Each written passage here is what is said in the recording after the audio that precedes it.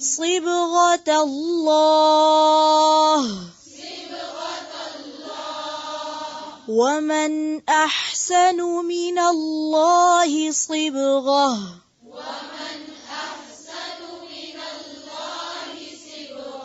ومن أحسن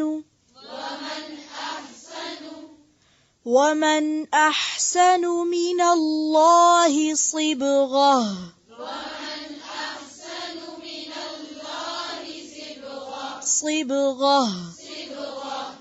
ونحن له عابدون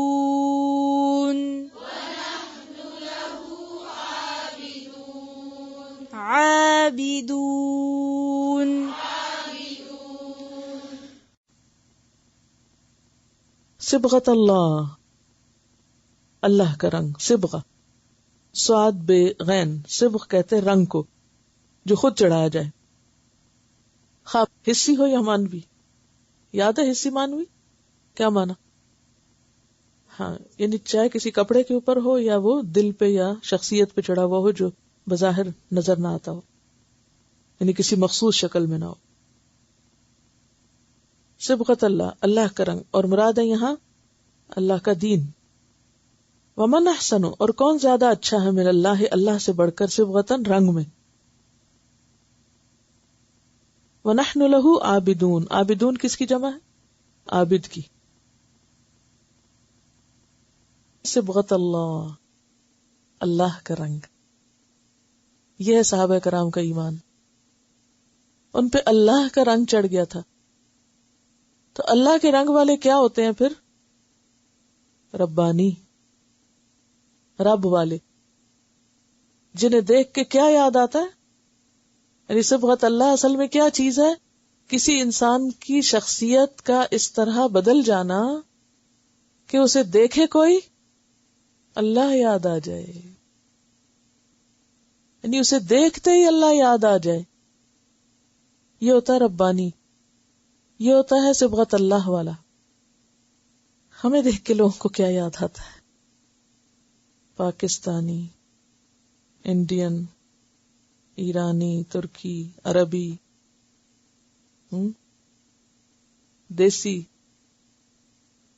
تو بات رنگ اور نسل اور زبان کی تو ہے نہیں، بات تو صبغت اللہ کی ہے. اور صبغہ کس کو کہتے ہیں؟ رنگ کو. کون سا رنگ؟ جو چڑھایا جاتا ہے. وہ ماں کے پیٹ سے نہیں لے کے کوئی پیدا ہوتا. ایک وہ رنگ ہے جو آپ ماں کے پیٹ سے لے کے پیدا ہوئے، آپ کالے ہیں یا گورے ہیں یا درمیان کے ہیں، ایک وہ رنگ ہے آپ کا. یہ کون سا رنگ ہے؟ ظاہری رنگ ہے آپ کا، جو اسکن کا کلر ہے. دنیا کے اعتبار سے آپ کس پہ پہچانے جاتے ہیں؟ اسکن کلر سے، کہ کون ہے، یا شکل و صورت سے. آپ چائنیز ہیں، آپ گورے ہیں، آپ کون ہیں.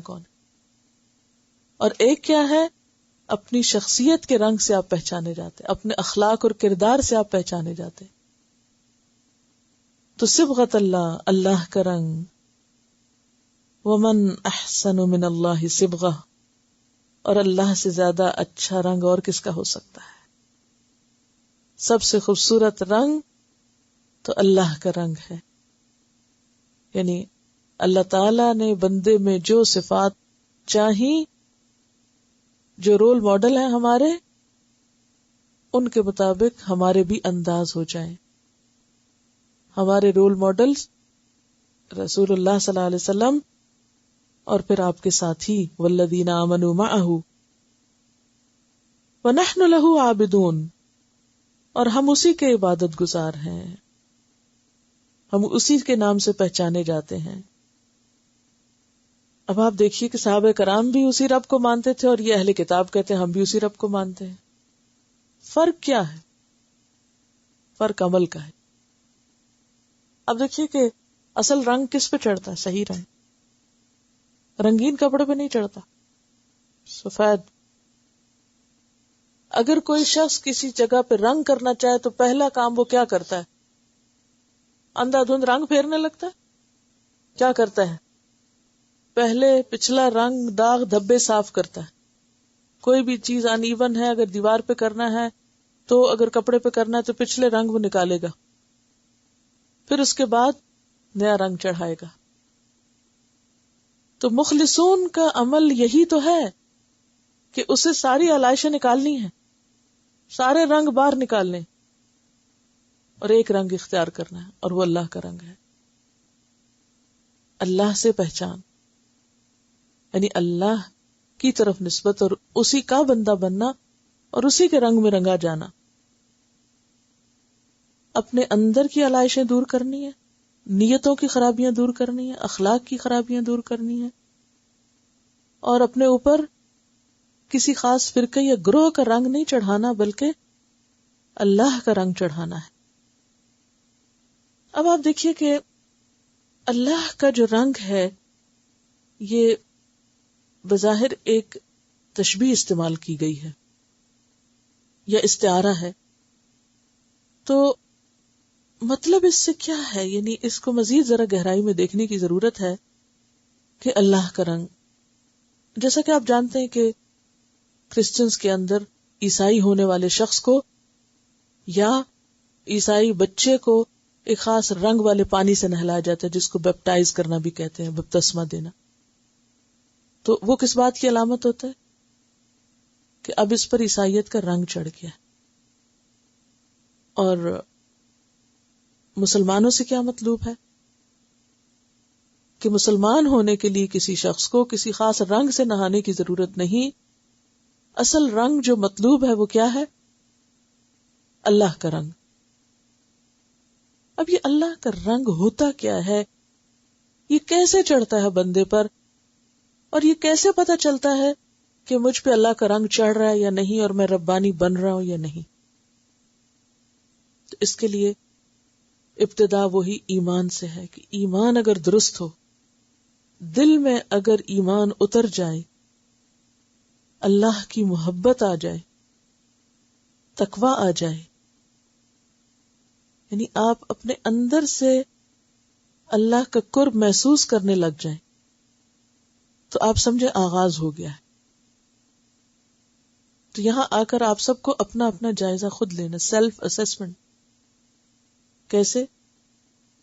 کہ میری زندگی میں اللہ تعالی کی اہمیت کتنی ہوئی، یعنی میرے لیے رب کس مقام پر ہے.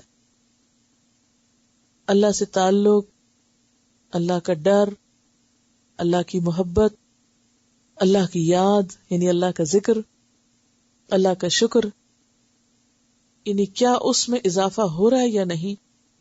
آپ میں سے ہر شخص اپنا حساب خود لے. جب اندر آ جاتی ہے نا اللہ کی پہچان اور اللہ کی محبت اور اللہ کے لیے تڑپ، تو اس کا نتیجہ کیا ہوتا ہے کہ انسان کے اندر عاجزی آنے لگتی ہے، ہمبل ہونے لگتا ہے. کیونکہ مختلف لوگوں کو جب کوئی خاص چیز ملتی ہے تو اس کا ان کی شخصیت پہ بھی اثر ہونے لگتا ہے کہ نہیں.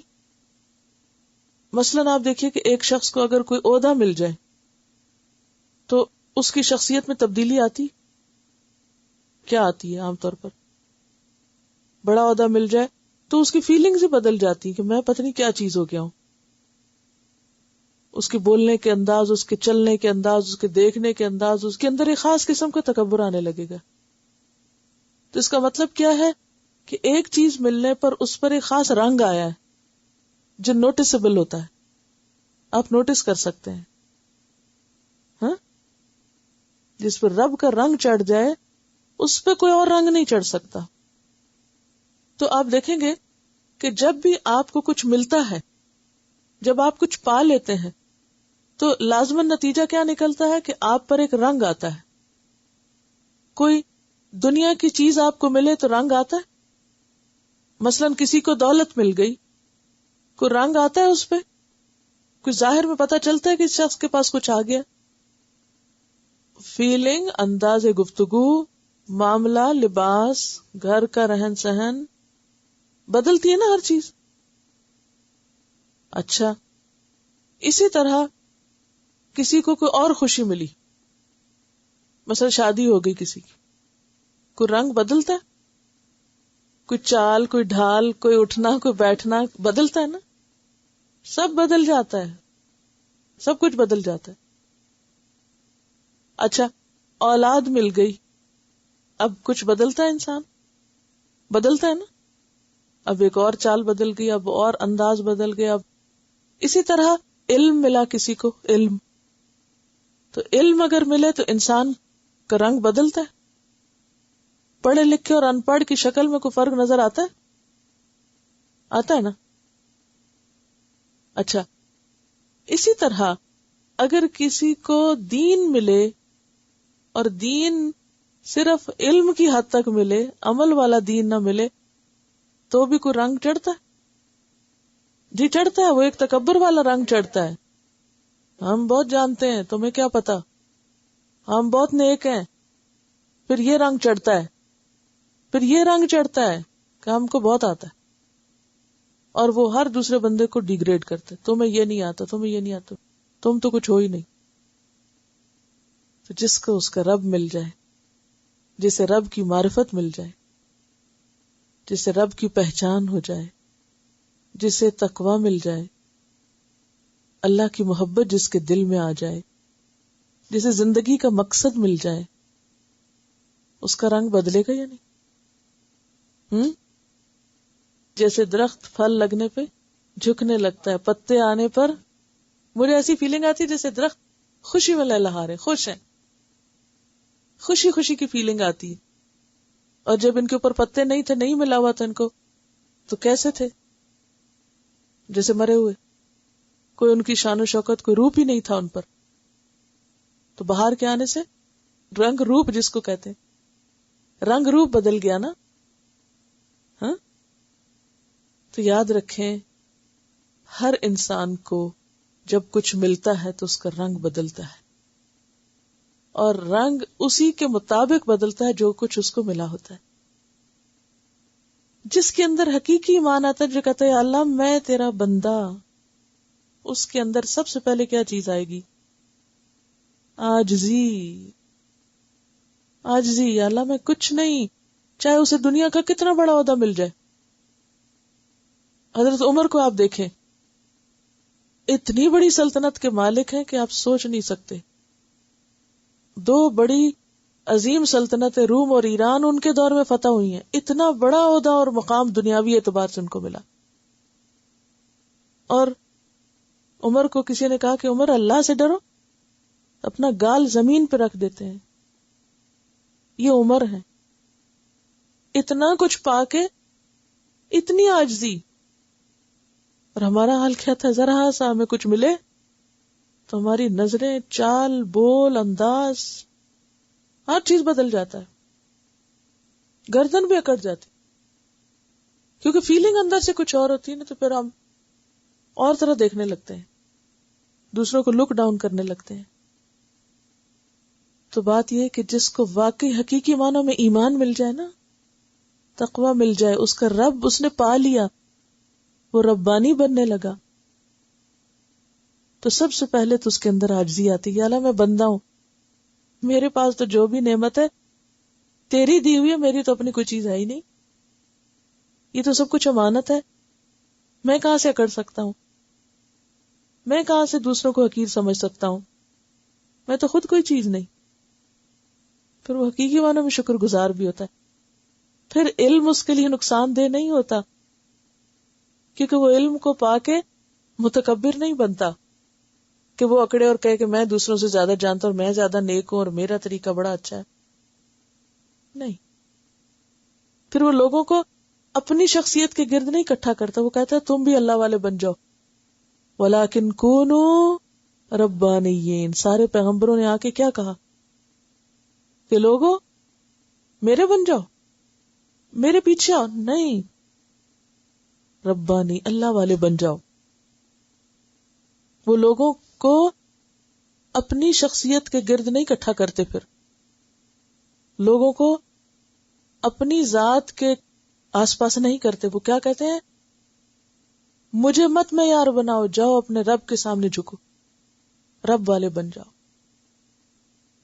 اور اگر ہر مبلغ اور ہر معلم اور ہر مدرس یہی لوگوں کو سکھائے کہ لوگوں اللہ والے بنو، تو فرقہ واریت کہاں سے رہے گی؟ فرقے بنتے ہی اس وقت ہیں جب یہ بات ہمارا امام، ہمارا استاد، ہماری شخصیت فلاں فلاں، ہمارے بزرگ، ان جیسا تو کوئی دنیا میں آئی نہیں. اور دوسرا کہے گا کیوں تم اپنے بزرگ کو بڑا بناتے ہو، میں اپنے کو اس سے بھی بڑا بناتا ہوں.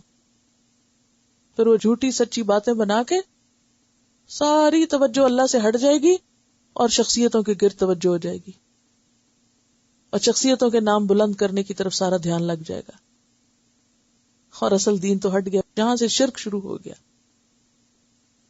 سارے شرک یہیں سے شروع ہوئے کہ لوگوں نے بندوں کو اللہ کی طرف بلانے والوں کو اللہ کے مقام پہ رکھ دیا، اللہ کو بھول گئے اور ان کو سامنے رکھ لیا. یہاں سے خرابی شروع ہوتی ہے. ٹھیک ہے، اللہ کی خاطر آپ ایک دوسرے سے محبت کر سکتے، آپ ایک دوسرے کی قدردانی کر سکتے، ایک دوسرے کے شکر گزار ہو سکتے، ایک دوسرے کی تعریف بھی کر سکتے ہاں، لیکن اللہ کا حکم پیچھے چلا جائے اور بزرگوں کا حکم سامنے آ جائے، اور اللہ کی ذات اور اللہ کے لیے عاجزی تو رہے نا، اور اکڑ اور ایک دوسرے پر فخر کی کیفیت آ جائے، تو یہ پھر اللہ کا رنگ نہیں. جس پہ اللہ کا رنگ چڑھتا ہے نا، سب سے پہلے اس کے اندر عاجزی آتی کہ اللہ میں تیرا بندہ، رب العالمین. اب آپ کو یاد ہوگا العالمین کی جو تفسیر ہوئی تھی، سارے جہان، اور اس میں ہم ان اکرمکم عند اللہ اتقاکم، اللہ کے نزدیک سب سے عزت والا وہ جس کے اندر خدا کا خوف، جس کے اندر دین کی محبت، وہ رہے کہیں بھی. نبی صلی اللہ علیہ وسلم کا گھر کیسا تھا؟ ازواج مطہرات کے گھر کیسے تھے؟ اگر گھروں کی بنیاد پر ہی کوئی بڑا یا چھوٹا ہے تو پھر آپ ان کو کیا کہیں گے؟ تو کوئی کسی بڑے گھر میں رہنے والا بڑا نہیں ہے اللہ کی نگاہ میں، جب تک کہ اس کے اندر خدا کا خوف نہیں ہے، اور کوئی کسی چھوٹے گھر میں رہنے والا چھوٹا نہیں ہے اگر اس کے دل میں تقوی اور ایمان اور دین کی محبت ہے. تو یہاں پر صبغت اللہ، اللہ کا رنگ، ایمان، ایمان سے آتا ہے، اور پھر اندر عاجزی آنے لگتی ہے. جب عاجزی آتی ہے تو انسان کے اندر ایک تحمل، برداشت آتی ہے، صبر آتا ہے، دوسروں کے ساتھ احسان کا رویہ آتا ہے، اللہ کا خوف آتا ہے، اور پھر ہر چیز اپنے اپوزٹ سے پہچانی جاتی ہے. جب انسان کے اندر اللہ کی محبت نہیں ہوتی اور دنیا کی کسی چیز کی محبت کا احساس ہوتا ہے تو پھر اس کے اندر وہی رنگ نظر آتا ہے. کسی کو علم کا تکبر ہے تو کسی کو دولت کا ہے، تو کسی کو اپنے حسن کا ہے، تو کسی کو اپنی اور بڑی اسمارٹنس اور ذہانت اور قابلیت اور معلوم نہیں کس کس چیز کا ہے. تو پھر وہ ہر چیز میں، گفتگو میں، ملاقات میں، ہر معاملے میں وہ رنگ جھلکنے لگتا ہے. اللہ کو کیا مطلوب ہے؟ صبغت اللہ، ومن احسن من اللہ صبغہ. ایسے بن جائیے کہ جسے دیکھ کے لوگوں کو اللہ یاد آ جائے، کہ انہیں پتا چلے ہاں ایسے ہوتے ہیں اللہ والے، یہ ہوتے ہیں اللہ والے. یہ نہیں کہ آپ اکڑ کے بات کریں دوسرے سے، تناخ سے جواب دیں دوسرے کو، یہ اللہ والے ہوتے ہیں؟ ہرگز اللہ والے نہیں ہیں، چاہے وہ کتنے پڑھے لکھے کیوں نہ ہو. تو سب سے پہلی صفت جو آپ نے اپنے اندر لانی ہے وہ کیا؟ پھر بات وہی، خود کو پہچانے، رب کو پہچانے، مقام کو پہچانے، کس لیے بھیجے گئے یہاں. اکڑنے بگڑنے تھوڑی بھیجے گئے، اور طرح طرح کے رنگ چڑھانے تھوڑی بھیجے گئے. جس نے سب کچھ دیا اسی کے ساتھ پہچان. تو رنگنے کے لیے سب سے پہلے تو آلائشیں دور کرنی ہوں گی، رنگ کاٹ ڈالنا ہوگا، پھر کڑھائی میں تپنا پڑے گا، ابلنا پڑے گا. رنگ کرنے کا عمل معلوم ہے آپ کو؟ سب سے پہلے وہ کیا کرتے ہیں؟ کپڑے کو رنگ کاٹ میں ڈالتے ہیں، دوسرے نمبر پر پانی ابال کے اس میں رنگ ڈال کے اس میں کپڑے کو ڈالتے ہیں، پھر نکال کے دیکھتے ہیں صحیح رنگ نہ چڑھا تو دوبارہ ڈالتے ہیں جب تک کہ وہ پکا نہ ہو. تو بات یہ ہے کہ آپ کے اوپر اللہ کا رنگ نہیں چڑھ سکتا جب تک کہ آپ لا الہ الا اللہ نہ کہیں، رنگ کاٹ نہ ڈالیں اپنے اوپر. کس کس چیز کی آپ کی زندگی میں بڑی اہمیت ہے، پہلے اس کے اوپر کراس لگائیں، یہ بھی نہیں، یہ بھی نہیں، یہ بھی نہیں، اور پھر کیا کریں؟ سب کچھ ہے تو صرف اللہ، ایک اللہ، یہی توحید ہے اصل میں. وہ شرک ہم کہہ دیتے نا، وہ بتوں کو پوجتے ہو فلاں فلاں، ان کے بت باہر ہیں ہمارے دلوں میں. ہم نے دلوں میں بت رکھے ہوئے بزرگوں کے اور معلوم نہیں کس کس کے. کسی نے دولت کو بت بنایا ہوا اور کسی نے کسی اور چیز کو، کسی انسان کو اور کسی شخصیت کو اور کسی بزرگ کو اور کسی اور چیز کو. تو جب تک اللہ کی ذات اور اللہ کا دین آپ کے لیے ہر چیز سے زیادہ اہم نہ ہو جائے، اس وقت تک سمجھے کہ اللہ کا رنگ نہیں چڑھا. اور پھر وَنَحْنُ لَهُ عَابِدُونَ، یہ ہے صبغت اللہ یا ربانی کا انداز. ہم اسی کے مسلم، اسی کے مخلص، اسی کے عبادت گزار اور اسی حالت میں جان دینے والے. اسلمت لرب العالمین.